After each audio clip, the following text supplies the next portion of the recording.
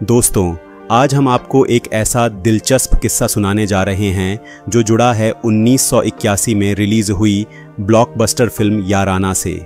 इस फिल्म का एक गाना ऐसा था जिसने महानायक अमिताभ बच्चन को काफ़ी परेशान कर दिया। जी हाँ, हम बात कर रहे हैं उस पल की जब किशोर दा की आवाज़ में गाए गए एक सुपरहिट गीत पर लिप सिंक करना खुद अमिताभ जी के लिए सिर दर्द बन गया।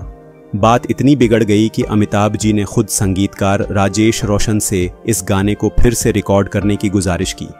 लेकिन आपको जानकर हैरानी होगी कि राजेश रोशन जी ने उनकी इस रिक्वेस्ट को सख्ती से ठुकरा दिया और नतीजा ये हुआ कि अमिताभ जी ने नाराज़ होकर फिल्म की शूटिंग कुछ समय के लिए रुकवा दी थी। फिल्म याराना के बारे में बात करें तो इसमें कई बेहतरीन कलाकारों ने अपनी अदाकारी से जान डाल दी थी।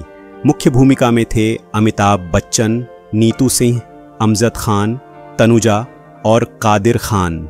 फिल्म का निर्देशन किया था राकेश कुमार ने, जबकि फिल्म के यादगार संगीत को तैयार किया था राजेश रोशन ने।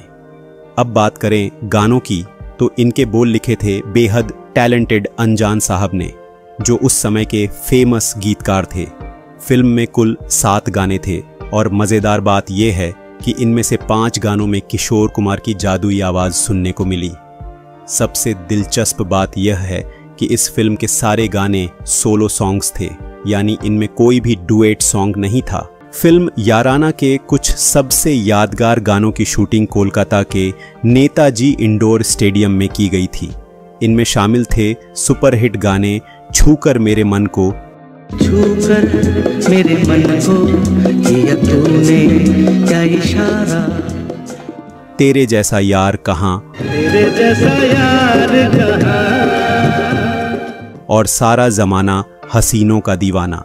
सारा जमाना हसीनों का दीवाना।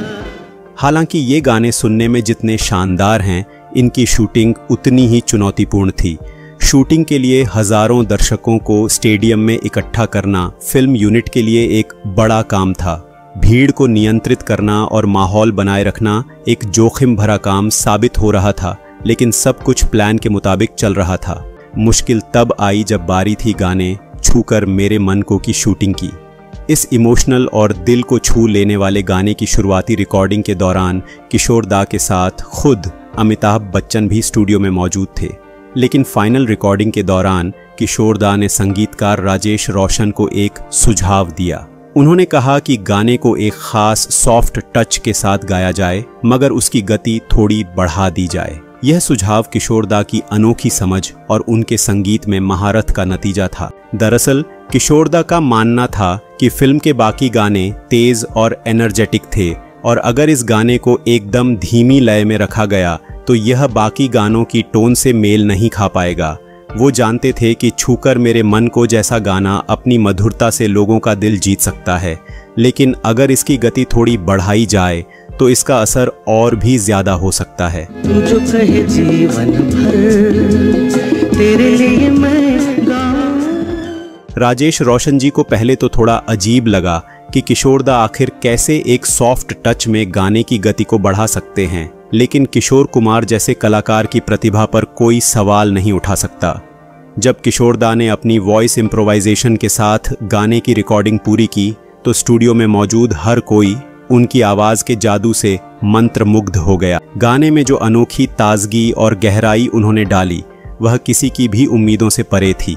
यह वह लम्हा था जिसने गाने को एक अलग ही ऊंचाई पर पहुंचा दिया।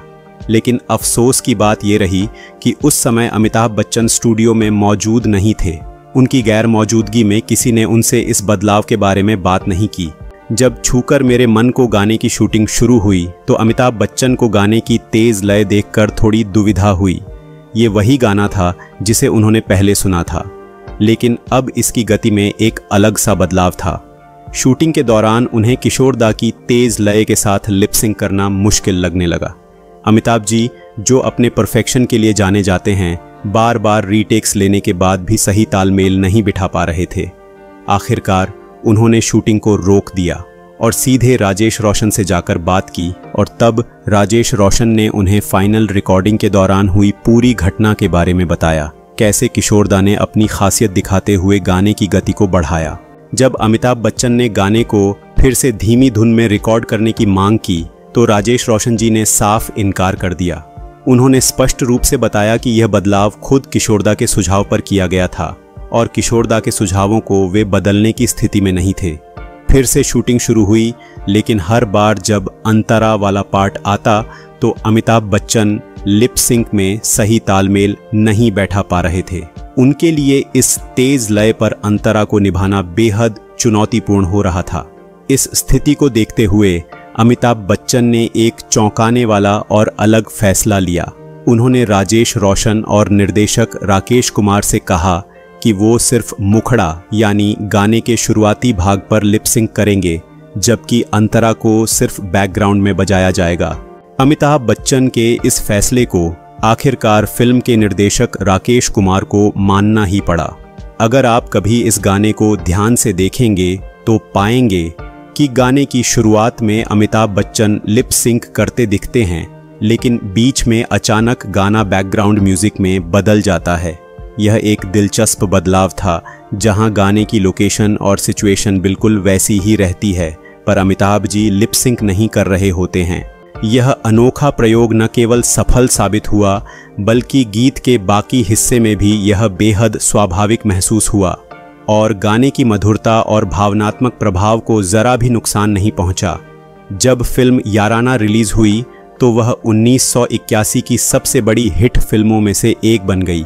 इसके गाने खासकर छूकर मेरे मन को लोगों के दिलों में बस गए। दोस्तों, कमेंट ज़रूर करना कि आपको ये गाना कैसा लगता है।